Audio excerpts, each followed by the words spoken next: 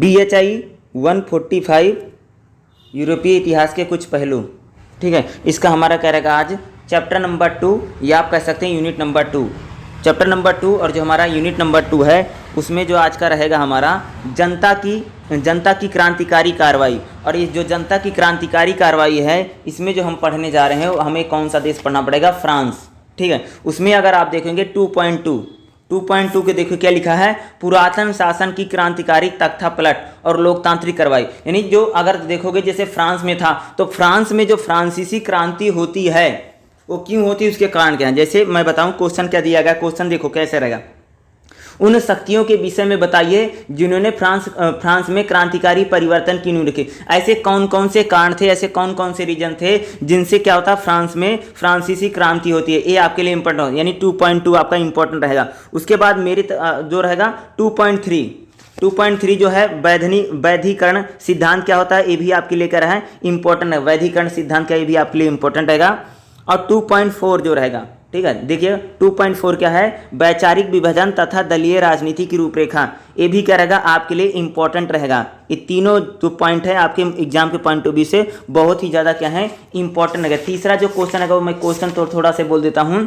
France में दलीय राजनीति के वैचारिक विभाजन, यानी जो फ्रांस में जो दलीय राजनीति थी उसका जो वैचारिक विभाजन था उसको यहाँ पर आपको क्या करना पड़ेगा, बताना पड़ेगा। ठीक है, वैचारिक विभाजन कैसे था, चैप्टर नंबर 2 रहेगा। और चैप्टर नंबर 2 में चलते हैं। ठीक है, 2.2 मैंने बोला था, तो 2.2 का जो क्वेश्चन रहेगा एग्जाम में, जो क्वेश्चन आएगा इस टाइप से आएगा, सुनिएगा मेरी बात को ध्यान से। उन शक्तियों के विषय में बताओ जिन्होंने फ्रांस में क्रांतिकारी परिवर्तन की नींव रखी। यानी आपको जैसे 2.2 वाला अगर क्वेश्चन, जैसे आपसे क्वेश्चन पूछा जाता है कि उन शक्तियों के बारे में बताओ कि यानी भाई फ्रांस में क्रांति क्यों हो जाती है, फ्रांस में क्रांति के परिवर्तन के कारण क्या रहे, तो इस टाइप से आपका क्वेश्चन आएगा। तो देखो 1780 के दशक में फ्रांस यूरोप का सबसे अधिक आबादी वाला और शक्तिशाली देश था। भाई 1780 के दशक में जो फ्रांस था वह यूरोप में सबसे अधिक आबादी वाला शक्तिशाली राज्य था और इसकी अधिकतर आबादी ग्रामीण, यानी जो फ्रांस की ज़्यादातर जो भैया आबादी रहती थी वो गांव में रहती थी। सबसे पहले यह समझने की जरूरत है कि 18वीं शताब्दी के उत्तरार्ध में क्या हुआ जिसने फ्रांसीसी की प्रमुख राजनीतिक यानी भैया 18वीं शताब्दी में ऐसा क्या हो जाता है। सबसे पहले हमें यही समझना पड़ेगा कि जो फ्रांस सबसे ज़्यादा शक्तिशाली था, सबसे ज़्यादा आबादी वाला था और इसकी जो ज़्यादातर आबादी थी भैया गाँव में रहती थी, गाँव में लोग रहते थे। और 18वीं शताब्दी में ऐसा क्या होता कि यहाँ पर एक क्रांति का जन्म हो जाता है, यानी राजनीतिक वहाँ पर राजनीति जो होती है उसको बदल जाता है। इस चैप्टर में उपभोक्ता में आपको उन शक्तियों के विषय में बताया गया है जिन्होंने फ्रांसीसी क्रांति में, अब हम उन शक्तियों के बारे में पढ़ेंगे या उन शक्तियों के बारे में विषय में जानेंगे जिन्होंने फ्रांस में क्रांति के लिए परिवर्तन के लिए जमीन। ऐसे कौन कौन से कारण थे, ऐसे कौन कौन से रीजन थे जिन्होंने फ्रांस में क्रांति के लिए जमीन तैयार की। सबसे पहला क्या था फ्रांस में, आर्थिक संकट।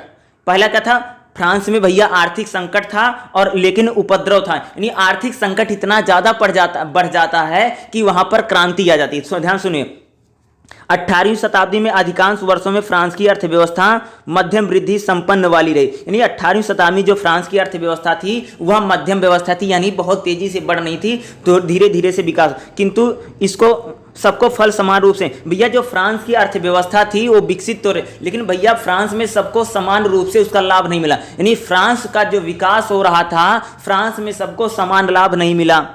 तेल उद्योग, सूती उद्योग था, बड़े बंदरगाह, चीनी मिले, औपनिवेशिक वाणिज्य को स्पष्ट। अगर देखोगे तेल उद्योग है, सूती उद्योग है या उद्योग बंदरगाह थे, इनका क्या होता है औपनिवेशिक वाणिज्य में क्या होता है बहुत ज़्यादा विस्तार हुआ। 1771 और 1772 में वर्षों में फसल खराब होने के कारण अनाज और रोटी की कीमतों में अनिवार्य नहीं कह सकते कि 1771-72 में क्या होता है कि फ्रांस में भैया बहुत लोगों किसानों की क्या हो जाती है, फसल खराब हो जाती है। और फसल खराब हो जाने से के कारण जो अनाज होता खराब होगा तो रोटी की जो कीमतें होती हैं उनमें बहुत ज़्यादा बढ़ोतरी हो गई, जिसके चलते अनेक स्थानों पर भैया उपद्रव हो गया। यानी कह सकते हो कि फ्रांस में जो खेती थी वह खेती में कह सकते हो खेती सही से नहीं हो रही थी, यानी खेती जो थी उसमें खराब हो गई थी। फसल खराब होने के कारण की जो वहाँ की कीमतें थी, यानी अनाज जो थे, जो रोटी थी उसकी कीमतों में क्या होती बहुत ज़्यादा वृद्धि हो जाती। इसके कारण क्या होता है जब भैया महंगाई बढ़ रही थी इसके कारण का बहुत स्थानों पर क्या होता है उपद्रव की स्थिति आ जाती।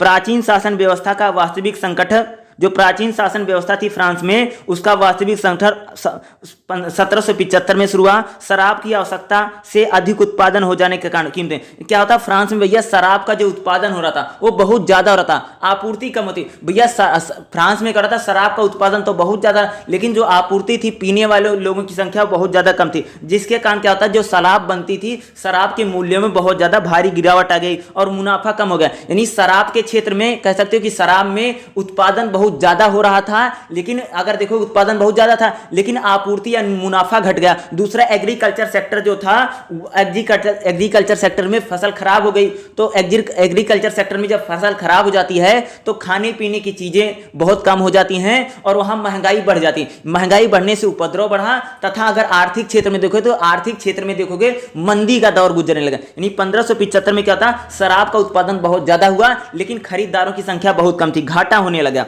शराब के व्यापार में मंदी का दौर 7 से 8 साल, यानी शराब में जो मंदी का दौर था वह लगभग 7 से 8 सालों तक चला। इसके बाद चारों ओर भीषण अभाव था। इसके बाद क्या था, चारों ओर भीषण अभाव हो गया, कितने ही पशु की जान ले ली। इस संकट में ने लगभग फ्रांस की 1/3 आबादी यानी फ्रांस में कह सकते हो कि गरीबी की जो गरीबी है और जो महंगाई है वो बहुत ज़्यादा पड़ती। इससे क्या था, फ्रांस में एक अनाज का बहुत बड़ा संकट, यानी वहाँ की 1/3 आबादी बहुत ज़्यादा प्रभावित हुई। 1887 में भयंकर ओलावृष्टि, यानी भैया क्या बोल रहे हैं 1787 में क्या होता है, ओलावृष्टि का मतलब बहुत ज्यादा पत्थर पड़े, ठीक है, जबरदस्त ठंड रही। सूखा के बाद अनाज का बड़ा संकट वहां फ्रांस में हुआ। अनाज तथा रोटी की कीमतें बहुत ज्यादा बढ़ गई, यानी अनाज और रोटी की कीमतें लगभग दोगुनी हो गई थी। कहां पर, फ्रांस में। और ठीक है, ग्रामीण संकट के दुष्परिणाम होते औद्योगिकरण के क्षेत्र में भीड़। देखो जो गांव की व्यवस्था थी, क्योंकि ज्यादातर आबादी फ्रांस की भैया गांव में रहते थे, ज्यादातर फ्रांस के जो लोग थे गांव में रहते थे, लेकिन गांव की जो अर्थव्यवस्था थी वह खराब हो गई। जब गांव की अर्थव्यवस्था खराब हो गई तो गांव से लोगों का पलायन शहरों की ओर बढ़ा, लेकिन वहां पर जो कंपनियां थी वहां पर क्या हो जाता है कि वहां पर लोगों के रोजगार की कमी हुई। इससे पूरे फ्रांस में कहते हुए बेरोजगारी की समस्या, यानी उत्पादन ज्यादा हो रहा था, बिक्री कम हो रही थी, महंगाई बढ़ रही थी, बेरोजगारी बढ़, इससे क्या होता, फ्रांस में पूरी तरीके से अगर आप देखोगे बहुत बड़ा आर्थिक संकट आ गया था। क्या हो गया था, बड़ा आर्थिक संकट आ जाता है। एग्रीकल्चर जो सेक्टर होता पूरी तरह से क्या सकते क्राइसिस में चला जाता है, आर्थिक संकट है, महंगाई बढ़ गई है, लोगों के लिए रोजगार नहीं था। दूसरा जैसे शराब है, इसकी कीमतें बढ़ रही थी और शराब की कीमतें बहुत ज्यादा घटी क्योंकि उत्पादन बहुत ज्यादा था, बिक्री बहुत ज्यादा कम, यानी एग्रीकल्चर सेक्टर कह सकते हो कि पूरी तरीके से बर्बाद हो गया। दूसरा जो व्यापार का सेक्टर था वह भी व्यापार का सेक्टर लोगों को रोजगार नहीं दे सका। इससे क्या होता, फ्रांस में बेरोजगारी बढ़ी। 1786 में फ्रांसीसी विशिष्ट व्यापार संधि ने फ्रांसीसी मजदूरों को असुरक्षित बना दिया। यानी फ्रांस की जो व्यापारियों के साथ संधि होती है, इसके जो फ्रांस में मजदूर थे उनको पूरी तरीके से असुरक्षित बना दिया, क्योंकि फ्रांस में आने वाले ब्रिटिश उत्पाद पर निर्यात शुल्क, यानी जो फ्रांस में बिकने के लिए ब्रिटेन से उत्पाद आता था उस पर क्या कर दिया, आयात शुल्क कम कर दिया। इसका परिणाम यह हुआ कि फ्रांस के अनेक शहरों में विशेषकर पेरिस में जनता ने उपद्रव फैला दिया वहां रोटी को लेकर। यानी फ्रांस में भैया गरीबी, महंगाई, बेरोजगारी इतना बढ़ गई, महंगाई इतना बढ़ी कि लोगों ने रोटी को पाने के लिए पूरे फ्रांस में दंगे फसाद होने लग जाते हैं। ठीक है, पेरिस में जनता ने उपद्रव कर दिया क्योंकि वहां पर रोटी जो थी, महंगाई बहुत ज्यादा बढ़ गई, लोगों के लिए खाने पीने तक के चीजें नहीं रही। ठीक है, लोगों के पास खाने में। उस दौरान अनेक उत्तेजक पर्चे निकाले गए जिन्होंने अफवाहें और अटकलें, यानी कह सकते धीरे धीरे वहां पर अटकलें, अफवाहें जो होती, अफवाह बहुत ज्यादा फैल रही थी, धीरे धीरे वहां पर उपद्रव और लोगों की मारकाट बहुत ज्यादा फैली, गर्म किया। लोगों के मन में भय और क्रोध उठा। ग्रामीण इलाकों में राजकीय करों तथा चर्च के लोगों को जाने जोना कर पर कठोर भारी कर किसानों को जबरदस्त, नहीं ग्रामीण इलाकों जो था किसानों से बहुत ज्यादा कर वसूला जाने लगा। उनका गुस्सा अब भी बुजुर्गों एजेंटों के विरुद्ध था जिन्होंने जंगलों में मवेशियों को चारा चराने के सामूहिक अधिकारों के खिलाफ था, क्योंकि जैसे मैंने बताया था सामूहिक अधिकार थे, सामूहिक खेती का, उसका बहुत ज्यादा वहां पर विरोध होता है। ठीक है, जमीन साझा के सिद्धांत के खिलाफ खतरा रहा। इसी को देखते हुए जॉर्ज लिफवर ने निष्कर्ष निकाला कि किसान क्रांति सामंत विरोधी थी, यानी जो किसानों की क्रांति थी वह सामंतों के विरोध में थी।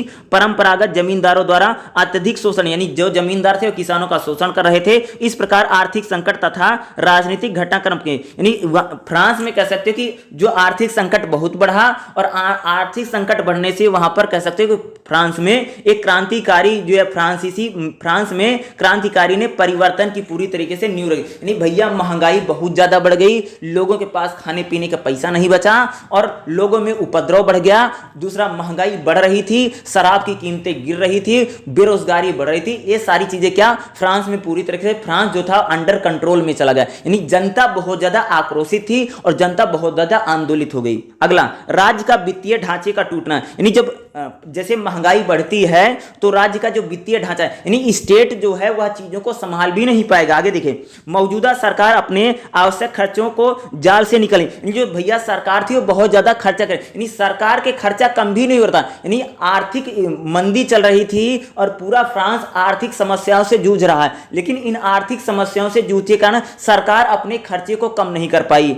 काराधन की दोषपूर्ण व्यवस्था ने वित्तीय ढांचे को टूटने, यानी जो वहां पर मूल्य जो थे वो बहुत ज्यादा बढ़ रहे थे और सरकार की जो वित्तीय संसाधन थे वह धीरे धीरे टूटने लगे। वित्तीय घाटा, यानी सरकार का जो वित्तीय घाटा था वह लगभग 11,20,00,000 हो गया, यानी सरकार का जो वित्तीय घाटा था वो धीरे धीरे बढ़ रहा था। सरकार की साख खत्म हो गई, यानी वहां पर जो सरकार थी वह पूरी तरीके से उसकी जो साख थी समाप्त हो रही, क्योंकि सरकार आर्थिक क्राइसिस को, यानी इकोनॉमिक क्राइसिस को संभाल नहीं पाई। फ्रांस राष्ट्रीय दिवालियापन, यानी जो फ्रांस था पूरी तरीके से वह दिवालिया होने की स्थिति में या दिवालिया होने की स्थिति में पूरा फ्रांस पहुंच गया। ठीक है, कुलीन वर्ग तथा पादरी वर्ग की मिली वित्तीय छूट के कारण आक्रोश बन गया, यानी जो कुलीन वर्ग था, कुलीन वर्ग यानी उद्योगपति थे, पूंजीपति थे, पादरी यानी धार्मिक जो लोग होते थे, जो धार्मिक, इनको क्या होता है, इनको वित्तीय छूट मिलती, इसके कारण क्या होता है, जो आम जनता होती है वो बहुत ज्यादा आक्रोशित हो जाती है। वित्त महानियंत्रक कैलिन ने कर ढांचे में तर्क संगत बनाने की कोशिश की, लेकिन वहां पर जो वित्तीय संसाधन था उसको ठही करने की जो कह सकते कि जो कर लिया जाता था, जो राजस्व लिया जाता था उसको सही करने की कोशिश की गई, लेकिन वह फिर भी सही नहीं होता है। इसके लिए एक नई अनुक्रमिक कर व्यवस्था, यानी वहां पर क्या होती है, एक नई कर व्यवस्था को लागू किया जाता है जिससे कुलीन जनों को प्राप्त वित्तीय अधिकारों को कम करने, यानी जो कुलीन थे, जो बड़े बड़े उद्योगपति थे, उनको एक नई कर व्यवस्था में ला गया तथा उनके जो अधिकार थे, ठीक है, कुलीनों को जो अधिकार थे, कुलीनों को जो राइट थे उसको कम करने का प्रयास किया, किंतु कोलोन ने यह सफल नहीं हुई। उनके पास सीमित विकल्प था, यह स्वीकृत करने के लिए पेरिस में निर्भर रही, क्योंकि अब उनको इनके सदस्य ही प्रचंड विरोध की अपेक्षा थी। राष्ट्रीय प्रतिनिधि सभा जो होती थी, अर्थात स्टेट जनरल को बुलावा का मतलब सरकारी दिवालियापन को स्वीकार कर लिया गया। इस स्थिति में तेजी कार्रवाई कठिन हो जाती है, इसीलिए कोलन ने नेट बोल्ट के सभा को बुलाया। देखो क्या होता, राज्य में जो था, देखो फ्रांस में जो फ्रांसीसी क्रांति की इसलिए पृष्ठभूमि तैयार हो जाती है क्योंकि वहां पर जो इकोनॉमिक क्राइसिस है सरकार उसको संभाल नहीं पाती है। दूसरा, जो उद्योगपति हैं सरकार उनको बहुत ज्यादा छूट दे देती है। दूसरा, जो पादरी वर्ग था, ये दोनों लोग क्या होते थे, ये भैया पैसे वाले थे। बाद में सरकार इकोनॉमिक क्राइसिस को संभालने की कोशिश करती है, लेकिन हालत इतने ज्यादा खराब हो गए थे, क्या मैं बोल रहा हूं, फ्रांस में हालत इतने ज्यादा खराब हो गए थे, यानी कह सकते कि वहां पर सरकार अपने खर्चे को कम नहीं कर पा रही। दूसरा, जो सरकार राजस्व वसूलती थी वह कुलीनों को रियायत दे दी, पादरियों को रियायत दे दी, इससे बहुत ज्यादा घाटा था। दूसरा, जनता इससे ज्यादा आंदोलित हो गई, आक्रोशित हो गई, क्योंकि वहां पर कुलीन वर्गों को, पादरियों को छूट मिली थी, आम जनता पर इसका बोझ बढ़ा था। आम जनता जो था, इकोनॉमिक क्राइसिस इतना ज्यादा बढ़ा कि आम जनता ने वहां पर क्रांति करने का फैसला करें, यानी जो वित्तीय ढांचा था, सरकार का वित्तीय ढांचा, यानी सरकार के पास भैया जो पैसा होता है वह धीरे धीरे खत्म होने लगा। सरकार पूरी तरीके से दिवालिया हो गई, यानी उसके पास खाने तक के, यानी सरकार के पास अपनी संसाधन चलाने के लिए, देश चलाने के लिए भी पैसा नहीं बचा। पूरी तरीके जो सरकार थी दिवालिया हो जाती है और आगे चल करके 1789 में हम देखेंगे फ्रांस में क्रांति का जन्म होगा। इसकी पृष्ठभूमि तैयार। अगला देखो, संसद तथा विशिष्ट जनों का विद्रोह। आगे चलकर आगे देखिए, विशिष्ट जन सभा यानी नेशनल असेंबली की बैठक पेरिस के निकट एक शहरी महल यानी वायसराय में 22 फरवरी 1787 को ही। सभा के सदस्यों ने कोलेन ने वित्तीय प्रस्ताव पर जमकर बहस किया, सुधार को बड़े बेहूदे ढंग से खारिज कर दिया। विशिष्ट जन सभा की बैठक में फ्रांसीसी क्रांति की शुरुआत की गई। कुलीन जन भी शाही सरकार की बढ़ती शक्ति से यानी जो कुलीन वर्ग था, देखो कुलीन वर्ग तो पहले बहुत ज्यादा छूट मिल गई, बाद में कुलीन वर्गों को सरकार ने कंट्रोल करने की कोशिश की। तो जो कुलीन वर्ग था, जो विशिष्ट लोग थे, उन्होंने भी फ्रांसीसी क्रांति में एक अहम रोल तय किया। ठीक है, विशिष्ट जनों ने यह घोषणा कर दी कि नए कर लगाने के किसी भी प्रस्ताव को मंजूरी देना उनके अधिकार से बाहर की बाहर। यानी जो विशिष्ट जन थे, यानी जो वहां के उद्योगपति थे, जो पूंजीपति थे, जो फ्रांस की सरकार कहती थी आपको नया कर लगाया जाएगा, तो उन्होंने बोला कि भैया हम नया कर दे ही नहीं पाएंगे, हम नया कर पैसा दें, हमारे पास पैसा नहीं है। उन्होंने इसके अधिकारों को बाहर जाने की बात कही। एक विशिष्ट जन लोकायत ने यह तर्क दिया कि केवल एक सच्ची राष्ट्रीय असेंबली से ही कर व्यवस्था को प्रबल, यानी एक सच्ची जब राष्ट्रीय असेंबली बनेगी, जब पूरा देश एकजुट, तभी कर व्यवस्था को हम सुधार कर सकते हैं। ऐसी असेंबली स्टेट जर्नल ही थी, जिसकी बैठक 1614 के बाद नहीं हुई थी। यानी असेंबली स्टेट वो नहीं हुई थी। कोलोन ने उत्तराधिकारी एबियन ने सितंबर 1787 में सुधार के लिए एक उदार कार्यक्रम लाया। यानी फ्रांस में जो इकोनॉमिक क्राइसिस हो रहा था, उस इकोनॉमिक क्राइसिस को सुधारने के लिए क्या हो रहा था कि एक सुधार का प्रयास किया गया। किंतु वह सब यानी फ्रांस में इकोनॉमिक क्राइसिस को संभालने के लिए सरकार जिन सुधारों का लेकर आ रही थी, वह पूरी तरीके से असफल रहे। ठीक है, आगे देखिए, सरकार की ओर से वित्तीय आदेशों को पारित करने में देरी हो रही थी। यानी सरकार जो थी वह किसी भी प्रकार का वित्तीय आदेश जो था वह पारित नहीं कर पा रही थी। उसमें देरी के कारण पेरिस में विरोधी गुट ने अपनी शक्ति यानी जो पेरिस में कह सकते जो विरोधी लोग थे, उन्होंने अपनी शक्ति को संगठित करने का अवसर मिला। ठीक है, भूमि कर के प्रस्ताव को रद्द कर दिया गया। जनता का समर्थन पाने के उद्देश्य से अचानक पर्चे और पत्रिकाएं, यानी जो विरोधी लोग थे, सरकार के जो विरोधी लोग थे, क्योंकि सरकार कोई भी वित्तीय जो योजनाएं थी उसको लागू नहीं कर पाए, जो सरकार के विरोधी लोग थे उन्होंने जनता को आंदोलित किया और जनता को इकट्ठा किया तथा जनता में पर्चे बांटे, पत्रिकाएं बांटी, जिससे यह प्रचारित किया कि पोलैंड केंद्र सरकार की निरंकुश और जन अधिकारों की रक्षा। यानी उन्होंने विरोधी जो लोग थे उन्होंने बोला भैया जो सरकार है वह निरंकुश है तथा सरकार जन अधिकारों की रक्षा नहीं कर सकती। फ्रांस में जो विरोधी लोग थे, सरकार विरोधी लोग थे, उन्होंने बोला कि भैया सरकार पूरी तरीके से निरंकुश हो गई है तथा वह जनता के अधिकारों की रक्षा नहीं कर सकती है।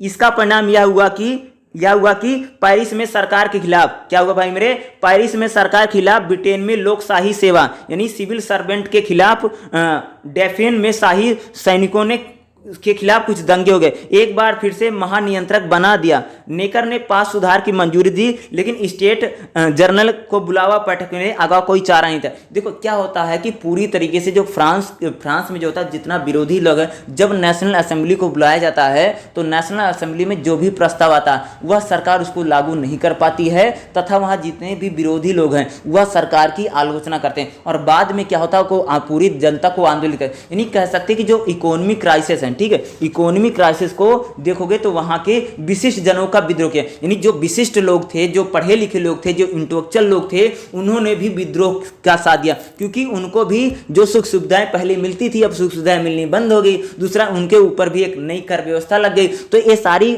बदलाव होने से उनमें भी एक आक्रोश था, वह भी मौजूदा प्रणाली से खुश नहीं थे, उन्होंने भी भैया विद्रोह कर दिया। यानी ब्रिटेन नहीं कह सकते हो, फ्रांस के जो विशिष्ट जन थे उन्होंने भी क्या कर दिया, विद्रोह कर दिया। ठीक है, अगला देखो, स्टेट जर्नल का आह्वान और क्रांति की शुरुआत।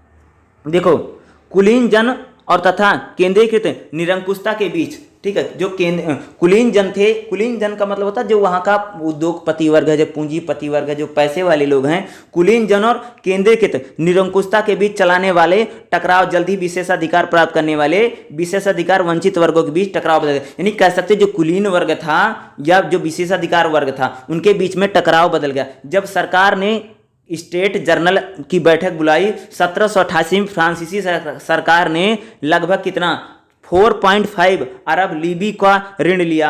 सम्राट लुई 16वां ने स्टेट जर्नल सभा को अतिरिक्त धन प्राप्त करने को बाध्य होना पड़ा, क्योंकि परंपरा से ही सम्राट ने नए कर मंजूर करने का अधिकार स्टेट जर्नल के पास ही था। स्टेट जर्नल ने 3 वर्ग थे जो फ्रांसीसी समाज में 3 अंगों को प्रतिनिधित्व करते थे। इन अंगों ने स्टे कहा जाता था। प्रथम वर्ग में सेमेन कैथोलिक पादरी आते थे, द्वितीय में कुलीन जन आते थे, तीसरे में थर्ड स्टेट आते थे। फ्रांसीसी राज ने वह जनसाधारण आते थे जो फ्रांस की आबादी का अधिकांश भाग प्रतिनिधित्व करते थे। ठीक है। तीसरे वर्ग के अंतर्गत व्यवसाय शिक्षा मामले में भिन्नताएं थी। प्रत्येक वर्ग के लिए अलग चुनाव होते थे। मतदाता अपने प्रतिनिधियों की शिकायत की सूची तैयार करता था, उन्हें शिकायत जेंडर कहते थे। ठीक है। वहीं पर मध्य जो वित्तीय वर्ग होता था जिसे रजिस्टर करता था या उदारवादी व्यवसाय लिखते थे, जो व्यक्तिगत स्वतंत्रता को एक संविधान की मांग करते हैं। ये लोग निश्चित करना चाहते थे कि कानून के समक्ष सब बरकरार रहे, सभी वर्गों को करों और बोझा को बराबर। देखो क्या सभी वर्गों पर जो कर है, जो कर का बोझा है, उसको समान डालने की बात की जा रही थी, बराबर जाए। जनता को एकजुट करने का काम केवल आर्थिक संकट था। जनता को एकजुट करने का केवल काम किसने किया? आर्थिक संकट था, राजनीतिक मुद्दों ने नहीं किया। यानी जनता जो पूरी तरीके से एकजुट होती है वह फ्रांस में आर्थिक संकट के कारण ही फ्रांस में फ्रांसीसी क्रांति की होती है। वह कोई राजनीतिक मुद्दा बहुत बड़ा इशू नहीं बन पाता। यानी राजनीतिक रूप से अगर देखोगे तो फ्रांस में क्रांति यानी राजनीतिक कारणों से पृष्ठभूमि तैयार नहीं थी, बल्कि इकोनॉमिक क्राइसिस यानी आर्थिक संकट ने ही वहां पर एक पृष्ठभूमि तैयार कर दी। ठीक है। कुछ मुट्ठी भर जनता पर करों तथा वित्तीय इकट्ठा करने के लिए बोझा ला दिया। यानी कुछ मुट्ठी भर लोगों पर ज्यादा से ज्यादा कर इकट्ठा करने के लिए या उन पर ज्यादा से ज्यादा बोझ ला दिया और उन्होंने सामाजिक भेदभाव का सामना करना पड़ा। किंतु मध्यम वर्ग अथवा बुजुर्गा वर्ग ने संपदा अथवा सामाजिक हितों में दोनों ही दृष्टि से अपने आप को लगातार ऊपर उठाया। इस तरह परंपरागत व्यवस्था को चुनौती दिलाई। समाज नेतृत्व ने इस वर्ग से निकला और जनसाधारण क्रांति सुधार। यानी वहां पर देखो क्या था, देखो क्या हो रहा था, समझिए इस बात को। देखो फ्रांस में क्या हुआ कि कुछ मुट्ठी भर लोगों पर यानी जो आम लोग थे उन पर क्या लाद दिया? कर का बोझा बहुत ज्यादा लाद दिया। दूसरा जो पूंजीपति वर्ग थे या जो कह सकते कि जो पूंजीपति वर्ग था, जो बुजुर्गा वर्ग था या जिनकी समाज में बहुत अच्छी हैसियत थी, उनको बहुत ज़्यादा उनके ऊपर बोझा नहीं पड़ा। ठीक है। या उनके ऊपर बोझा नहीं पड़ा या लगातार उनको क्या उनकी स्थिति सही बनी। इससे क्या होता कि फ्रांस में पूरी तरीके से कह सकते हो कि हैसियत की थी, यानी एक ऊंचा नीचा ये काम होता है। यानी परंपरागत जो व्यवस्थाएं थी उनके चुने नेतृत्व में समाज में, यानी अगर समाज में देखो फ्रांस के अगर समाज में देखोगे तो वर्ग निकला और जनसाधारण क्रांति यानी क्रांति की शुरुआत की जाती है, जिसे देखकर हैरत में आ गए। इन लोगों ने मिलजुल कर तृतीय वर्ग की स्थापना की। देखो 5 मई 1789 को हुई और सरकार की ओर से कोई दृढ़ नेतृत्व न होने के कारण मामले में तुरंत तूड़ पकड़ ली। सरकार ने तृतीय वर्ग की सीटें दोगुनी कर दी क्योंकि यह वर्ग समाज में सर्वाधिक आबादी वाला था। तृतीय वर्ग पता है, जो आम लोग होते हैं, जो मजदूर लोग हैं, जो किसान लोग हैं, उन्हीं को तृतीय वर्ग बोला जा रहा है। ठीक है। थर्ड वर्ग। ठीक है। क्योंकि यह वर्ग समाज में सर्वाधिक आबादी वाला था। तृतीय वर्ग ने यह सुझाव रखा कि तीनों वर्गों को अलग अलग वोट करने की बजाय एक व्यक्ति एक वोट, यानी बोला तीनों वर्गों को अलग अलग वोट करने का अधिकार नहीं, बल्कि एक व्यक्ति एक वोट के आधार पर निकाय का इकट्ठे रूप में वोट करें। पादरी वर्ग को कुछ सदस्य तो आम जनता के साथ किसी भी समझ पर पहुंचने को तैयार थे, किंतु कुलीन वर्ग ने इन विचारों को खारिज कर दिया, एक अड़ियल रुख बनाया, जिसका परिणाम यह हुआ कि जनता ने बहिष्कार कर दिया। स्वयं को जनता का असली प्रतिनिधि बताते हुए 17 जून 1789 को अपने आप को राष्ट्रीय असेंबली चुन लिया। यानी जो आम लोग थे, जो आम जनता थी, उसने क्या खुद को राष्ट्रीय असेंबली, यानी कह सकते हो कि वहां का जो बुजुर्गा वर्ग है, जो पूंजीपति वर्ग है, दूसरा जो पादरी वर्ग था, पादरी वर्ग और बुजुर्गा वर्ग कह सकते उसका विरोध करते हुए जो फ्रांस के आम लोग थे उन्होंने खुद को ही देखो फ्रांस में जो नेशनल असेंबली बन रही थी उसमें 3 वर्ग है भाई। पहला पूंजीपति वर्ग है, दूसरा पादरी वर्ग है, तीसरा जो आम वर्ग है, जो आम जनता होती थी। लेकिन जो पहला वर्ग है, दूसरा वर्ग है, ये कहता था कि हमें ये वोट करने का अधिकार होगा, हम ही नेशनल असेंबली को चुनेंगे। लेकिन जो तीसरा वर्ग था, जो कह सकते जो आम लोग थे, आम जो जनसाधारण लोग थे, उन्होंने बोला कि भाई सबको एक समान वोट करने का अधिकार मिले। लेकिन जो बुजुर्गा वर्ग है या जो पूंजीपति वर्ग है, जो पादरी वर्ग है, इस बात से सहमत नहीं थे। तो क्या होता है, इनमें टकराव हो जाता। जो तीसरा जो वर्ग था, ठीक है, तीसरा जो वर्ग था ये संख्या में ज्यादा है भाई, मजदूर किसान है, इनकी लोगों की संख्या ज्यादा है। इन्होंने खुद को ही नेशनल असेंबली घोषित कर दिया।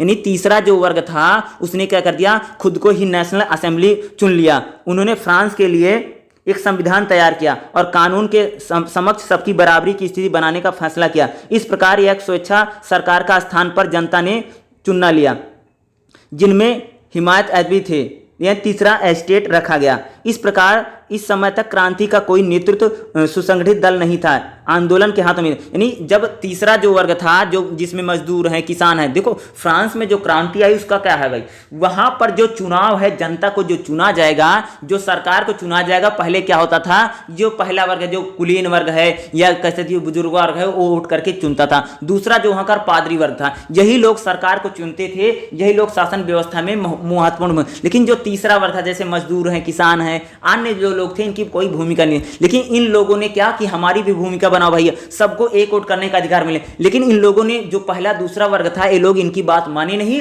तीसरे वर्ग ने क्या बोला कि हम खुद ही अपनी नेशनल असेंबली बना लेंगे। उन्होंने अपनी खुद ही नेशनल असेंबली को बना लिया और फ्रांस के लिए एक नया संविधान बना। एक जो पूरा आंदोलन था, जो तीसरा वर्ग था, इसका जो पूरा आंदोलन था, पहले यह संगठित सुसंगठित दल या आंदोलन के हाथों में नहीं था, किंतु इसका नेतृत्व एक सुसंगत सामाजिक समूह था। यानी देखो तीसरा जो वर्ग था, जो आंदोलन कर रहा था, जिसने कह सकते हो, जो तीसरा वर्ग था जिसने नेशनल असेंबली बनाई थी, पहले सुसंगठित नहीं था, इसका कोई नेतृत्व नहीं था। लेकिन इसका जो समूह था, सामूहिक नेतृत्व चल रहा था। अंदर उभरने वाले विचारों को आम सहमति, यानी आम सहमति के आधार पर ही सारे फैसले हो रहे थे। क्रांतिकारी संघर्ष का एक प्रभावकारी एकता में परिवर्तन। यह समूह वकीलों, डॉक्टरों, लेखकों या नेटरी अधिकारियों जैसे पेशेवर लोगों को उदारवादी बुजुर्ग वर्ग था। यानी जो तीसरा वर्ग था, तीसरे वर्ग में भाई कौन कौन से लोग शामिल थे, जैसे वकील हैं, डॉक्टर हैं, लेखक हैं, अधिकारी हैं। इस तीसरे वर्ग में यही सारे उदारवादी लोग शामिल थे। ये लोग दार्शनिकों तथा अर्थवेदाओं को बनाए क्लासिकल उदारवाद तथा प्रबंध के विचारों वाले भली भांति परिचित थे। ठीक है, अब दार्शनिकों की भूमिका क्या रही, यानी फ्रांसीसी जो क्रांति होती है या उस पृष्ठभूमि को तैयार करने में जो फ्रांस दार्शनिक थे, उनकी भूमिका क्या है, ध्यान सुने। फ्रांसीसी क्रांति के समय यदि दार्शनिकों के विचार और उनकी नई शब्दावली की उपस्थिति नहीं होती तो शायद यह क्रांति एक शासन के स्थान पर दूसरा शासन आने और नई व्यवस्था के आने में एक घटना मात्र बन के रह जाती। यानी अगर फ्रांस की क्रांति, फ्रांस में अगर दार्शनिकों, जो दार्शनिक हैं, उनकी भूमिका बहुत महत्वपूर्ण है, क्योंकि एक शासन को चेंज करके दूसरा शासन आने में और एक क्रांति के रूप में यह मात्र एक घटना ही बन के रह जाती। इतिहासकारों ने फ्रांसीसी क्रांति को गति देने में दार्शनिकों की भूमिका पर बहुत ज्यादा बहस की है। 1789 से 1848 के बीच वर्षों में चिंतन तथा कार्रवाई का एकमात्र सूत्र रूसो ने 1762 में सामाजिक अनुबंध यानी सोशल कॉन्ट्रैक्ट दिया, जिसमें उसने लिखा कि मनुष्य पैदा तो स्वतंत्र होता है। यानी यहां पर क्या करें, मेरी बात ध्यान सुनिएगा। रूसो क्या करें, रूसो कह रहे हैं मनुष्य पैदा तो स्वतंत्र होता, किंतु हर कहीं उसका प्रबंधन है। देखो रूसो क्या करें कि मनुष्य जो होता है भाई मेरे, वह स्वतंत्र पैदा होता है, लेकिन कहीं ना कहीं उस पर बंधन होते हैं। रूसो ने विशेषकर तथा 18वीं शताब्दी में प्रबोधन के दर्शन में यह शिक्षा दी कि मनुष्य जाति की प्रगति तभी होगी जब उन पर रूढ़िवादी व्यवस्थाओं को चुनौती दे दी जाएगी। यानी उन्होंने बोला जो भाई मनुष्य हैं उसको रूढ़िवादी जो विचार हैं उसको चुनौती देनी चाहिए। कौन कह रहा है, रूसो कह रहे हैं। यानी अगर दार्शनिक विचारों में रूसो हैं, ठीक है, रूसो कह रहे हैं कि भाई जो मनुष्य है वह तो स्वतंत्र पैदा होता है, उस पर कहीं पर बंधन होते हैं, लेकिन मनुष्यों को क्या करना है कि भाई यहाँ पर क्या उसको रूढ़िवादी जो व्यवस्था है उसको चुनौती दी जाएगी जो उनके लोगों को कीमतों पर कुछ लोगों का फायदा पहुंचाती है। यानी रूढ़िगत व्यवस्थाओं को हटाने की बात करते हैं। प्रबोधन धारा के चिंतकों का मानना था कि प्रगति का अर्थ है व्यक्तिगत आत्मनिर्भरता। यानी जो दार्शनिक हैं, दार्शनिक प्रगति को क्या मानते हैं कि लोगों की आत्म व्यक्ति को ही मानते थे। जन्म सामंती विशेषाधिकार इसको समाप्त करने की समाप्ति की बात, जो दार्शनिक थे अगर बात करेंगे वो सामंती व्यवस्था को समाप्त करने की बात करते थे। दार्शनिकों ने हालांकि क्रांति की वकालत नहीं की। देखो फ्रांस में जितने भी दार्शनिक थे उन्होंने कभी भी क्रांति करने की या क्रांति की वकालत नहीं की थी। ध्यान से सुनिएगा यहाँ जो मैं बोल रहा हूँ। जो दार्शनिक थे उन्होंने कभी भी क्या भाई क्रांति की वकालत नहीं की, ठीक है, वकालत नहीं की। तथापि उन्होंने उभरते बुजुर्गों वर्ग तथा समूचे राष्ट्र के हाथों में क्रांतिकारी संघर्ष के असरदार हथियार को काम करने में कुछ शब्दों, देखो जो दार्शनिक हैं उन्होंने क्रांति का आह्वान कभी नहीं किया, लेकिन क्रांति हो ऐसे माहौल बनाया तथा ऐसे कुछ शब्द, ऐसे कुछ विचारधाराएं उन्होंने कर दी, जैसे आगे चलकर उन्हें कुछ क्रांति के संकेत दिए, जैसे नागरिक कानून, मातृभूमि आदि। रूसों ने जनता की प्रभुसत्ता तथा आम इच्छा की धारणा को नेताओं को यह सोचने पर बाध्य कर दिया समाज में समग्र रूप से अपने स्वयं के हितों को तय करने चाहिए। इन विचारों का प्रसार राजनीतिक बहसों, कुलीनों तथा शैक्षणिक संस्थानों, आंदोलनों के माध्यम से हो रहा था। यानी कह सकते हो कि फ्रांसीसी क्रांति में और जो वहाँ की पृष्ठभूमि थी, उस पृष्ठभूमि को तैयार करने में वहाँ का जो बुजुर्ग, कह सकते हैं कि वहाँ का जो दार्शनिक लोग हैं, उनकी जो भूमिका थी वो बहुत ज़्यादा महत्वपूर्ण रही फ्रांसीसी, क्योंकि उन्होंने एक माहौल तैयार करने में तथा जिस प्रकार से उन्होंने अपने विचार दिए, उन विचारों से कह सकते हैं कि फ्रांस में एक माहौल तैयार होता है और वो आगे चल करके हमें फ्रांसीसी क्रांति में दिखाई देगा। पुरातन शासन के क्रांतिकारी तख्तापलट और लोकप्रिय भागीदारी क्या है, इसको देखते हैं। ठीक है, ये भी आपके लिए, तो इसको मैं थोड़ा बताता हूँ। यानी ये देखो, अगला प्राचीन शासन क्रांति का तख्तापलट क्या भूमिका कह रही है। देखो, तृतीय स्टेट को अपनी बैठक के लिए सार्वजनिक सुविधाजनक कक्ष तथा इंडोर टेनिस कोर्ट के रूप में मिला। देखो, तृतीय जो स्टेट था या जो तीसरे जो वर्ग था जिसने भैया बोला था कि क्रांति का आह्वान कर दिया था, उसने अपनी बैठक के लिए क्या हुआ था, इंडोर टेनिस कोर्ट के रूप में मिला, जहां उसके सदस्य 20 जून को एकत्रित हुए। बाद में अधिकांश पादरी और कुलीन वर्ग के कुछ सदस्य इससे जुड़े। तभी से बाजी राजा के हाथों से निकल गई। सम्राट ने अपने सर्वाधिक लोकप्रिय मंत्री नेकर को बर्खास्त करके अपनी प्रतिक्रिया व्यक्त की और लगभग 20,000 सैनिकों को बुलाकर उन्होंने पेरिस वायसराय क्षेत्र में मोर्चाबंदी पर लगा दिया। मीराबॉय ने भाषणों में जनता को ध्यान बांटा और हिंसा पर उतर आई। स्टेट जर्नल के चुनाव में पर्चों तथा पोस्टरों के माध्यम से राजनीतिक माहौल पहले ही गर्म आ दिया था। पेरिस ने आम जनता, जैसे पेरिस में एक दरिद्र मोहल्ले में जैसे मजदूर हैं, मिस्त्री हैं, दुकान पर काम करें, यहाँ लोगों, छोटे दुकानदार भी इसमें शामिल हो गए, जिसका जवाब 14 जुलाई 1789 को बैलिस्टर पर हमला हुआ। बैलिस्टर का एक प्रमुख कारीगर दुर्गा तथा शाही शस्त्रागार था जो पेरिस के मध्य था। बैलिस्टर के पतन को फ्रांसीसी क्रांति की, यानी बैलिस्टर का जो पतन होता सबसे पहले, उसी को फ्रांसीसी क्रांति का शुरुआत माना जाता है, जिसके राजनीतिक परिणाम उल्लेखनीय हैं। राष्ट्रीय असेंबली न केवल बच गई, अपितु उसे सम्राट की मान्यता मिल गई। पेरिस में सर्वाधिक निर्वाचक जो सत्ता थी हाथों से चली गई, जिसे एक परिषद, नगर परिषद का गठन किया गया। सम्राट को बाध्य होकर के राष्ट्रीय यानी नेशनल गार्ड नामक एक नागरिक सेना का पति नियुक्त कर दिया गया। ग्रामीण क्षेत्रों में पेरिस की घटनाओं के प्रभाव को देखते हुए आर्थिक स्थितियों ने परेशानी खड़ी कर दी। जुलाई 1789 के अंत में और अगस्त 1789 के प्रारंभ में महाभयंकर ग्रेट फ्रियर नाम से एक प्रख्यात ग्रामीण अंचल में विस्तार फैलाने वाली जन आतंक की लहर उठी। प्रांतीय कस्बों में आंदोलन ने मिलाकर के किसान अशांति के एक बड़े विप्लव का रूप दिया।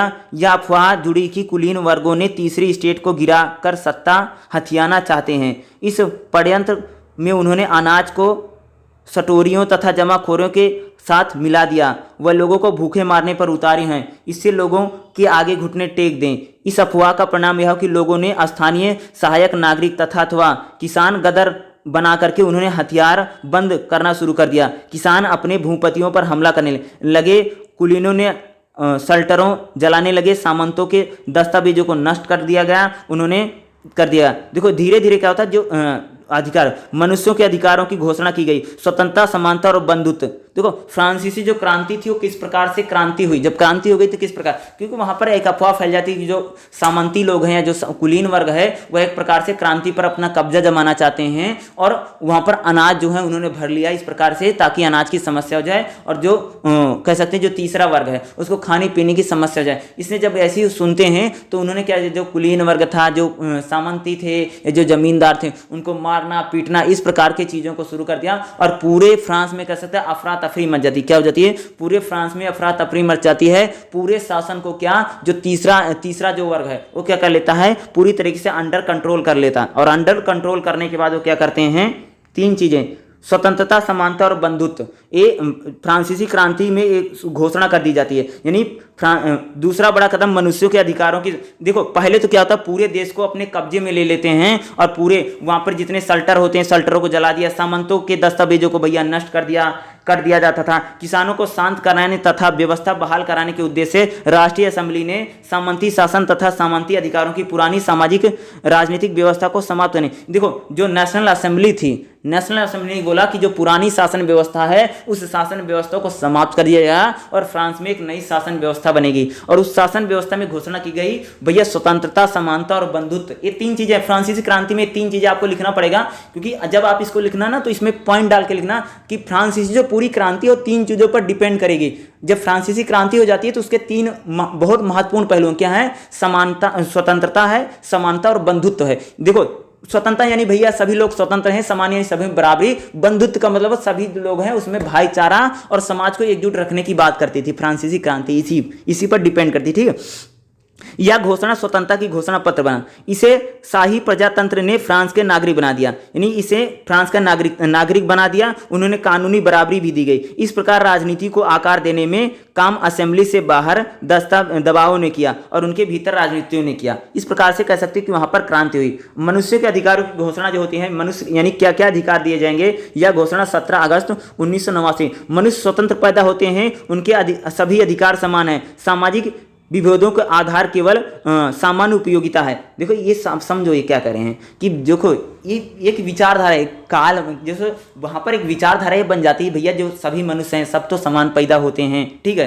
सबके अधिकार भी समान है। लेकिन समाज में जब वो आदमी आता ना तो कुछ लोग क्या होते हैं, अपने उपभोग करने के लिए लोगों को गुलाम बने या उस पर शासन कर ले जाते हैं। प्रत्येक राजनीतिक संगठन का लक्ष्य मनुष्यों की अधिकारों को संरक्षण देना है, यानी कोई भी राजनीतिक संगठन होगा तो उसको वह मनुष्यों के अधिकारों को संरक्षण देगा, स्वतंत्रता, संपत्ति, सुरक्षा तथा अत्याचारों का प्रतिरोध करना। ठीक है, आगे देखो, आगे इसमें क्या शामिल किया गया, समस्त प्रभुसत्ता को स्रोत मूल रूप से राष्ट्र निर्मित होते हैं। कोई भी समूह, कोई भी व्यक्ति किसी प्रकार के प्राधिकारों का उपयोग नहीं कर सकता जो राष्ट्र देता हो, यानी कह सकते कोई भी कानून का उल्लंघन नहीं करेगा, सभी कानून को मानेंगे। जिस प्रकार से यहाँ पर कानून सामान्य इच्छा से यानी कानून जो का सामान्य इच्छा की व्यक्ति है, समस्त नागरिकों को अधिकार है कि वह व्यक्तिगत रूप से अपने प्रतिनिधियों के माध्यम से के निर्माण में योगदान दे। कानून सभी के लिए समान होना चाहिए, चाहे वह रक्षा करे या दंड दे। भैया क्या बोला गया कि जो क्योंकि फ्रांसीसी क्रांति हुई और फ्रांसीसी क्रांति बनने के बाद एक पूरा जो वहाँ का संविधान बना या वहाँ का कह सकते हैं अधिकार, मनुष्य अधिकारों की घोषणा कर दी। यानी फ्रांस में जो क्रांति होती है और क्रांति में यही सारी चीजें निकल करके हमारे सामने आती हैं। ठीक है, यही सारे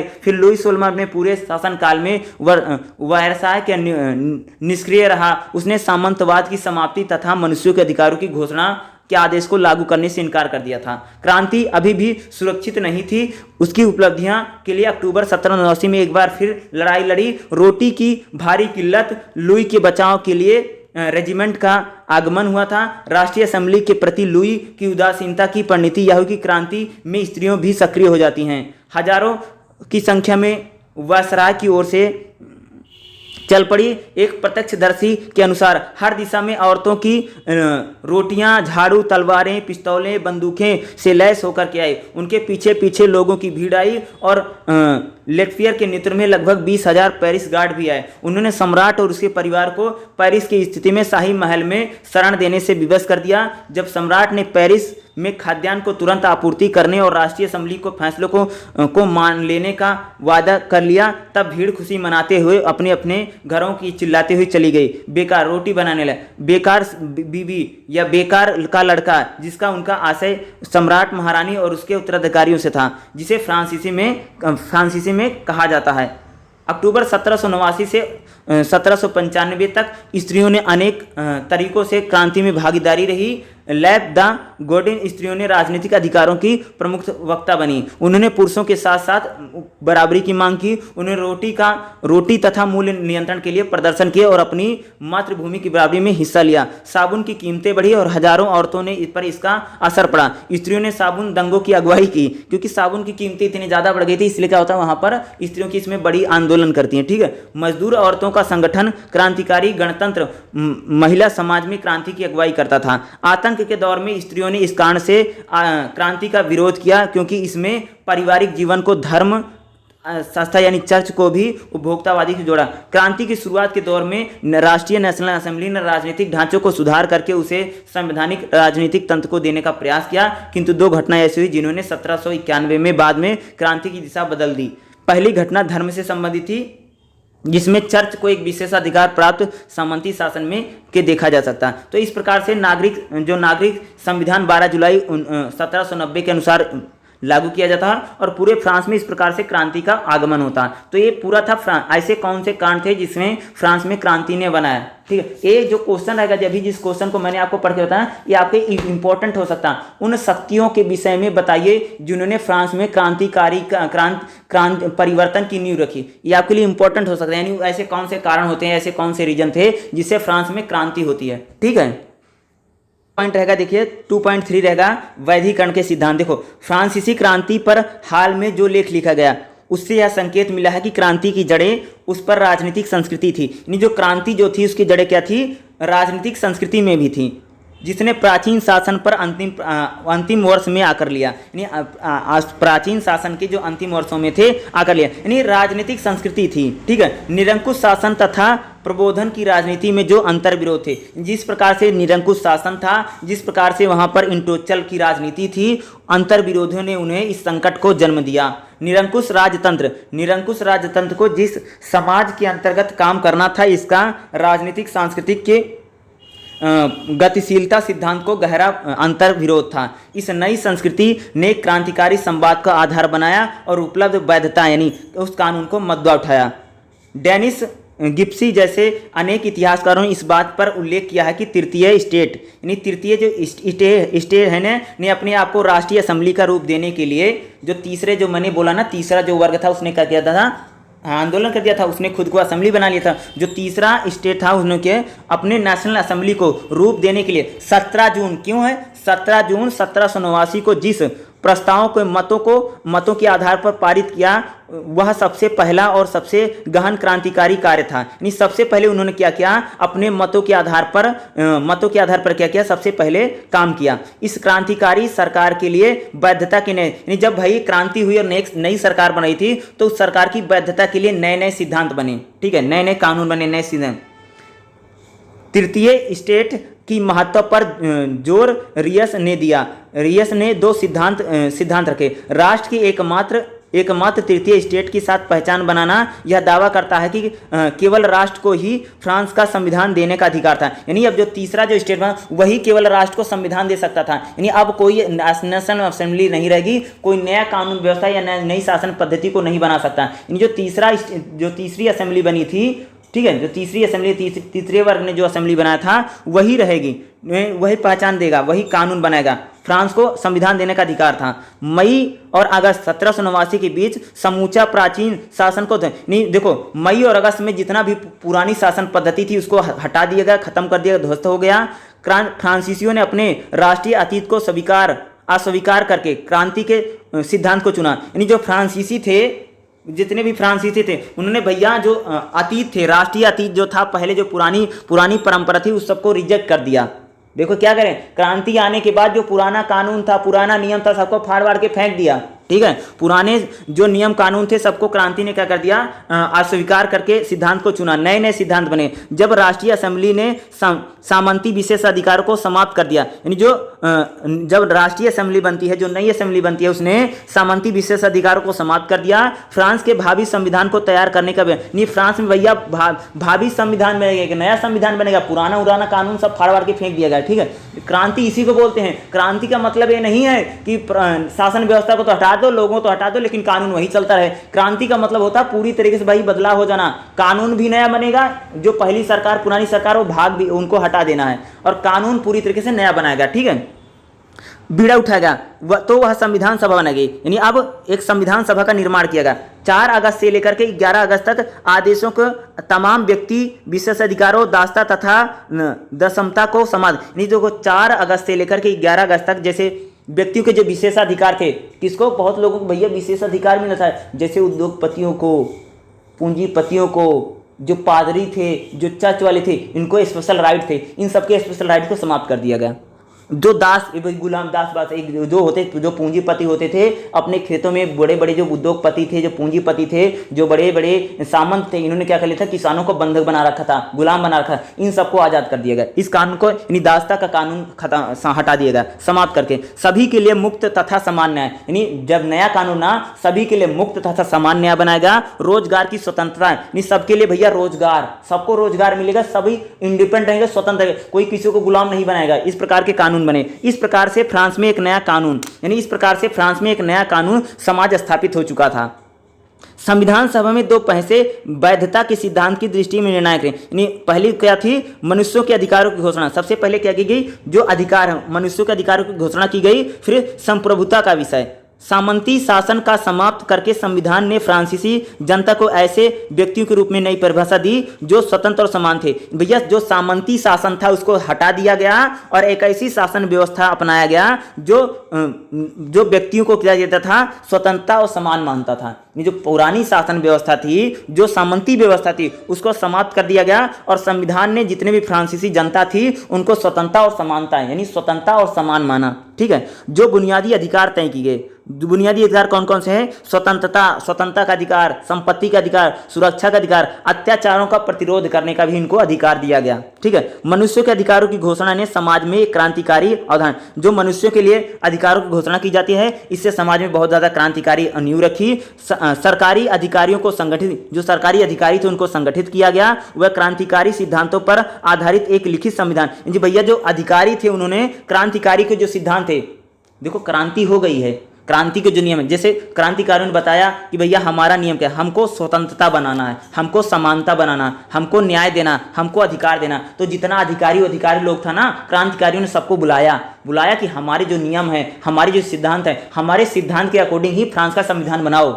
अब जैसे मान लो कि क्या, जैसे क्रांतिकारी थे भैया, उन्होंने क्रांति कर दी, पुरानी सरकार को हटा करके फेंक दिया है, पुरानी सरकार को हटा के फेंक दिया, लेकिन भाई संविधान बनेगा, कानून बनेगा, नियम बनेगा, तो उसके लिए क्या, जो सरकारी अधिकारी थे, जो पढ़े लिखे लोग थे, उनको उन्होंने बुलाया कि हमारे जो, उनको बताया कि हमें स्वतंत्रता देनी है, हमें समानता देनी है, हमें अधिकार देना है, हमको सबको समान न्याय देना है, हमको सुरक्षा देनी है, ये हमारे मापदंड है। जैसे मान लो कि तुम्हें कोई नियम बनाना, कानून बनाना हो, तुम नहीं बना सकते हो, किसी अपने बड़े पढ़े लिखे आदमी को बुलाओ तो पूछेगा ना तुमको किस टाइप का बनाना है, कैसे बनाना। तो उन्होंने बताया कि भैया हमको ऐसा ऐसा कानून बनाना है, तो उन्होंने क्या किया, उनको बुलाया।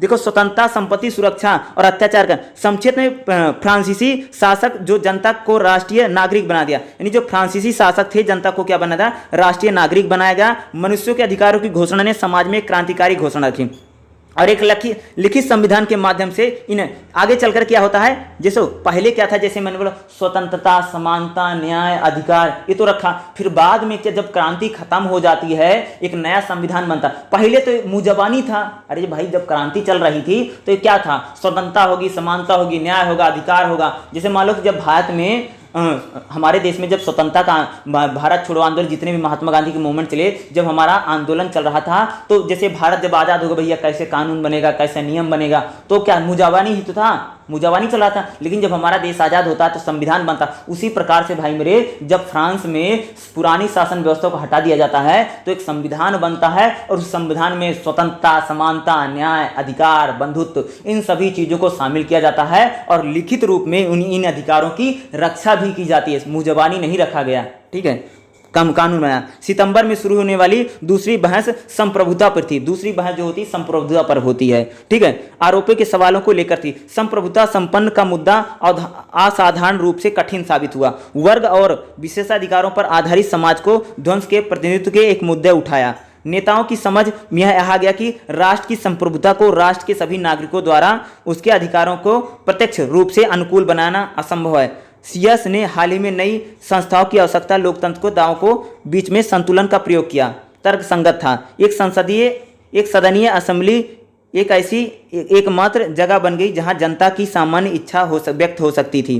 कुछ लेखकों ने तर्क दिया कि इस प्रकार की परिभाषाओं की परिणति यह होगी, राजतंत्र के स्थान पर राष्ट्रीय असेंबली की एक नई किस्म की निरंकुशता आ गई। यानी कह रहे हैं कि जो पहले राजतंत्र था, ठीक है, अब जो नेशनल असेंबली थी उसकी निरंकुशता आ गई है, यानी वो भी निरंकुश हो गई, इस प्रकार की बताया जाए। आने वाले वर्षों में लोकतंत्र की जन आधारित तथा राष्ट्रीय अवधारणाओं के बीच एक बुनियादी द्वंद्विता स्थापित हो गई, क्योंकि इन दोनों का दावा अभी संप्रभुता का ही था। इस प्रकार से रहा, यानी एक नई असेंबली आती है या जो वैधिकरण जो होता है उसके नए नए सिद्धांत बने जाते हैं और नए नए सिद्धांतों को किस प्रकार से होता है, तो इसको देख लीजिएगा। लगभग मैंने इसमें बता दिया जितना भी इंपॉर्टेंट था। अगला इसमें एक चीज़ और इम्पॉर्टेंट है, ठीक है, 2.4 देखिएगा। 2.4 में क्या है, इन्होंने दिया है वैचारिक विभाजन तथा दलीय राजनीति की रूपरेखा। यानी जो वैचारिक विभाजन होता है उसमें दलियों की रूपरेखा क्या है। देखो, क्रांति के दौरान अनेक राजनीतिक समितियों को, जब भैया वहां पर क्रांति होती है ना, तो बहुत सारा पॉलिटिकल पार्टी और बहुत सारी राजनीतिक समितियां उभरती हैं, जिन्होंने सत्ता के लिए अपनी अपनी अंदरूनी लड़ाई लड़ी। देखो, जब आंदोलन हो रहा था, जब क्रांति हो रही थी, तो बहुत सारा पॉलिटिकल पार्टी बन गया। सब जितना पॉलिटिकल पार्टी बन गया, सभी आपस में अंदरूनी लड़ाइयाँ थी सभी में, ठीक है। इनमें सर्वाधिक उल्लेखनीय है कोडियन क्लब। इस क्लब के नाम में ही सेन नदी के पास अतिरिक्त कोडियन मठ की पड़ा, जहाँ बैठकें होती थी। इस क्लब में देखोगे सकान क्रांतिकारियों की गतिविधियों को घनिष्ठ संबंध रहा। एक क्रांतिकारी छोटे छोटे संपत्ति स्वामी थे, जिनमें दस्तकार, दुकानदार, मिस्त्री, सहायक सारे होते थे। इन विचारों का प्रत्यक्ष गणतंत्रवादी आधार आस्था में था। यह क्लब पेरिस के आम जन लोगों को प्रशिक्षित करके उन्हें एक अत्यधिक प्रभावकारी राजनीतिक शक्ति बनाने में सफल रहा। इस प्रकार को जैकबिन क्लब का गठन क्रांति की शुरुआत में ही देखा गया। सबसे पहले यह नरमपंथी संगठन रहा, पहले थोड़ा नरम थे, नरमपंथी संगठन रहा और संविधान सम्मत था।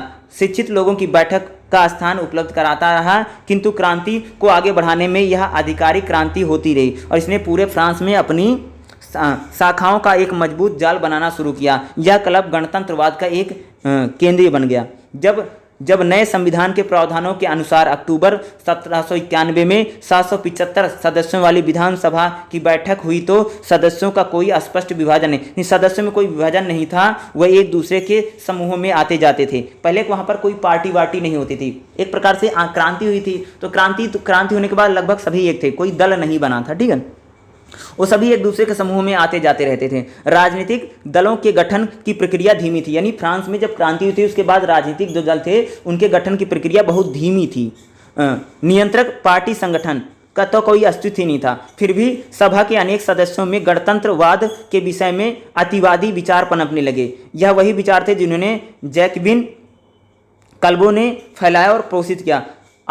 अधिकांश मुखर समूह सम्राट से हटने के पक्षधर थे और जैसे उन्होंने प्रदर्शन किया। जुलाई 1791 में चैंप डी मार्क्स ने प्रदर्शन आयोजित किया और फिर आदेशों को प्रदर्शनकारियों पर गोली बरसवाई। इन घटनाओं के परिणाम स्वरूप विभाजन की स्थिति बनी, ठीक है, क्रांतिकारियों में विभाजन की स्थिति बनी। इससे लोकैफेट राजतंत्र समर्थों ने छोड़ करके समूह बना लिया। यह टूटा हुआ गुट नरमपंथी तथा संवैधानिक राजतंत्र का पक्षधर था। संविधानवादी तथा गणतंत्रवादी क्या होता है, ठीक है। कुछ लोग संविधानवादी थे, कुछ लोग गणतंत्रवादी थे, ठीक है। डैम्प डी मार्क्स मैदान की घटनाओं ने तृतीयक स्टेट के अंदर तेजी से विभाजन हुआ, ठीक है। सम्राट के साथ समझौता चाहने वाले तथा उसका विरोध करने वालों में एक स्पष्ट विभाजन था। बहुत से ऐसे लोग थे जो 1789 में राष्ट्रभक्त थे। अब नीचे से बढ़ते दबाव आता था, संपत्ति का होने वाले खतरों तथा राजनीतिक नेतृत्व छिन जाने से भय से राजतंत्र तथा समूहों का अधिकार कर, जो पहले भैया शुरू में राष्ट्रभक्त दिखाई देते थे, बाद में वो क्या हो गए, कह सकते हो राजतंत्र के समर्थक बन गए, ठीक है। बिनेवा अन्य नेतृत्व में नरमपंथियों ने संविधान को राजतंत्र को अधिक अनुकूल बनाने का प्रयास किया। नरमपंथी जो थे वो संविधान को राजतंत्र के अनुकूल बनाने का प्रयास किया। असेंबली में उनकी संख्या लगभग 260 थी, ठीक है। क्यूबियाई लैंड गुट ने इस बात का तात्पर्य था कि आम जनता की ओर से मध्य वर्ग पर कोई खतरा आने से पहले क्रांति को समाप्त कर दिया जाए, इसलिए उन्होंने राजतंत्र और राष्ट्र के सिद्धांत में मेल मिलाप करना चाहता था। असेंबली ने संविधान संशोधन में अनेक रूढ़िवादी अभियानों को बहुत जो रूढ़िवादी अभियान थे उनको क्या कम करना चाहते थे और उनमें संख्या में कम से कम कहीं अधिक सक्रिय थे। जैकबिन क्लब में वामपंथी डिप्टी जिनकी संख्या 140 के आसपास थी, ठीक है। देखो यहाँ पर अतिवादी जो क्रांतिकारी भविष्य थे, जो जिसे हम रिपब्लिकन यानी गणतंत्रवादी केंद्रीकरण बोला जाता है, लोग असेंबली की अपेक्षा क्लबों पे अधिक शक्तिशाली थे। उनके प्रमुख नेता देखोगे तो नेताओं थे वामपंथी डिप्टियों ने प्रमुख जैसे अनुयायी शामिल थे। विधानसभा में देखोगे तो क्या होगा, जो राष्ट्रीय कन्वेकेशन था उसमें जनाधारियों ने अनुरूप में काम किया। इस देखो यहाँ पर क्या हो रहा था कि धीरे धीरे अगर आप देखोगे कट्टरवाद या प्रतिक्रांतिकारी का खतरा बढ़ा। उन्होंने माना कि युद्ध में राष्ट्रीय एकता बनेगी, किंतु लुई 16वां और उनके परिवार ने पेरिस से भाग करके प्रतिक्रांतिकारियों के साथ मिल जाने वाले संवैधानिक स्वतंत्रता का मकसद से उन्हें चौपट कर दिया। इस घटना से फ्रांसीसी राजनीति के आधार को खतरा हो गया। वर्ष 1972 में युद्ध के आगमन ने नरमपंथियों तथा अतिवादियों के बीच खाई। देखो वहाँ पर पहले कोई पार्टी नहीं थी, कोई पार्टी समूह नहीं था, लेकिन जो क्रांतिकारी दल थे उनमें ही पार्टियां हो जाती हैं, उनमें ही धीरे धीरे क्या हो जाता है, विभाजन की स्थिति आ जाएगी। क्या हो जाएगा, उनमें ही विभाजन की स्थिति आ जाएगी। देखो जीना दानो दल के अनुयायी तथा मंदानों में राजनीतिक संघर्ष। देखो ये जो पार्टियां थी उनमें क्या होता है, पार्टियों के अंदर ही राजनीतिक संघर्ष हो जाएगा। ठीक है, नहीं फ्रांस में अगर आप देखोगे तो जो पार्टियां थी, पार्टियों के अंदर ही क्या था, एक संघर्ष की स्थिति बनेगी। ठीक है, जो पार्टियां थी उनमें ही क्या था, एक संघर्ष की स्थिति बनेगी। राष्ट्रीय कॉन्वोकेशन में 3 प्रमुख राजनीतिक गुट थे, किंतु यह विभाजन अस्थायी था। बहुमत हालांकि बहुत स्थिर नहीं था, फिर भी आमतौर पर अधिसंख्यक निर्दलीय डिप्टियों के साथ था। इसकी किसी विशेष कार्यक्रम या गुट में कोई प्रतिबंध नहीं था। इनकी प्लेन कहा जाता था, जो मध्य वर्ग दल के थे। ठीक है, विश्वावादियों को नेतृत्व में अगर देखोगे होना ही था। ये लोग हालांकि दिनों में बहुत बहुमत में नहीं थे, फिर भी लेकिन ये वोटिंग और संतुलन को नहीं दे। देखो क्या होता था, वहाँ पर जो अलग अलग पार्टियां थी, जो अलग अलग गुट थे, वह किस प्रकार से चीज़ों को कंट्रोल करना चाहते थे और नई नई पार्टियों का जन्म होता है। और एक प्रकार से देखो कि फ्रांस में जो संविधान है, जो पार्टियां होती उनमें कह सकते हैं आपस में धीरे धीरे गतिरोध है, क्योंकि जब एक क्रांति हुई थी, देखो फ्रांस में जो एक प्रकार से नई शासन व्यवस्था आई है, वहाँ पर कोई पार्टी नहीं, कोई संगठन नहीं, कोई ग्रुप नहीं, लेकिन धीरे धीरे जैसे जैसे शासन आगे बढ़ता है वैसे वैसे क्या होता है, ग्रुप में, पार्टियों में, असेंबलियों में और पार्टी में धीरे धीरे क्या होता है, इनमें विभाजन होने लग जाएगा। क्या होने लग जाएगा, इनमें आपस में क्या होगा, विभाजन होने लगा। 1815 में संवैधानिक राजतंत्र की बहाली के साथ साथ निर्मित रहा, तभी 3 प्रमुख दलों के विभाजन फिर ऊपर करते हैं। नहीं धीरे धीरे क्या होता है कि जो राजनीतिक दल होते हैं, अब राजनीतिक दल उसमें वामपंथी विचार आ जाते हैं, कम्युनिस्ट विचार आ जाते हैं, आदर्शवादी विचार आ जाते हैं। यही ये जो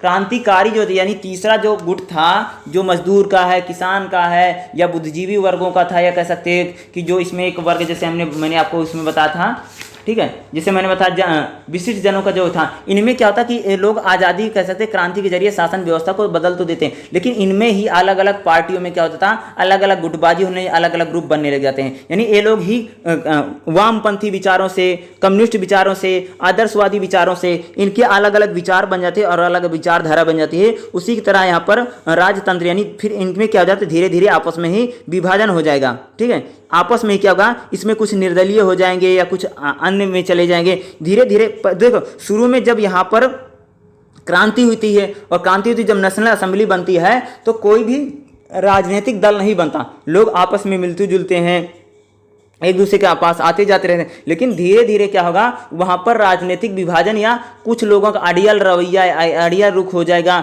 जिसके आम जनता का बहिष्कार कर दिया था। स्वयं जनता की असली प्रतिनिधि बताकर 17 जून 1789 को अपने आप को राष्ट्रीय असेंबली। देखो यहाँ पर क्या होता है, एक प्रकार से देखोगे कि जो पार्टियां होंगी, पार्टियों के अंदर ही क्या होगा, मतभेद हो जाएगा और नई नई अलग अलग क्या होगी, पार्टियां बनने लग जाएंगी और इनका अलग अलग नेतृत्व हो जाएगा। तो ये इसमें यही था पूरा जो मैंने आपको बताया है। बस मेरी बात एक चीज़ आप लोग ध्यान रखना, इसमें जो मैंने पहला बताया था, ठीक है, इसमें सुनिएगा, इसमें इंपॉर्टेंट क्या है।